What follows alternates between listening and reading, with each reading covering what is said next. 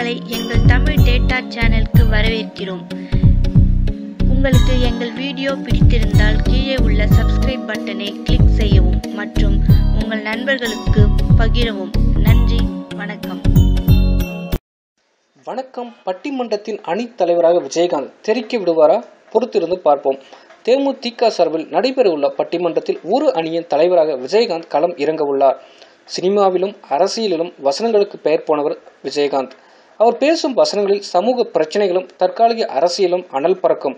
அதேபோல் அவர் அரசியலுக்கு வந்த பின்பும் கூட்டத்திலும் பிரச்சார மேடைகளிலும் செய்தியாளர் சந்திப்புகளிலும் அவர் பேசும் வசனங்கள் வைரலாக இன்றும் இணையத்தில் வைரலாக இருந்து கொண்டிருக்கிறது. இந்த நிலையில் சமீப காலமாக உடல் நலக்குறைவு காரணமாக பேசுவதில் அவருக்கு சிரமம் ஏற்பட்டது. இதற்காக சிங்கப்பூர் சென்று அவர் சிகிச்சை எடுத்து வருகிறார். தற்போது தீவிர அரசியலில் ஈடுபடாமல் ஒதுங்கியிருக்கிறார். இந்நிலையில் அரசியலுக்கு வரப்போவதாக நடிகர் ரஜினிகாந்த், கமல்ஹாசன் ஆகியோர் அறிவித்துள்ளனர்.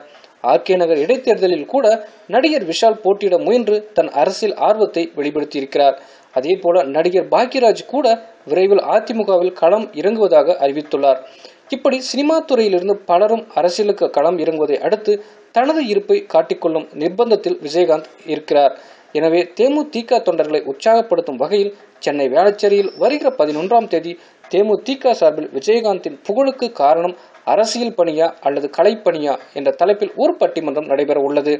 இதில் அரசியல் பணியே காரணம் என்ற அணிக்கு விஜயகாந்த் தலைவராகவும் கலைப்பணியே காரணம் என்ற அணிக்கு பிரேமலதாவும் தலைமை ஏற்கிறார்கள் என அறிவிக்கப்பட்டுள்ளது. இந்த பட்டிமன்றத்திற்கு கவிஞர் பிரைசுடன் நடுவராக செயல்படுகிறார்.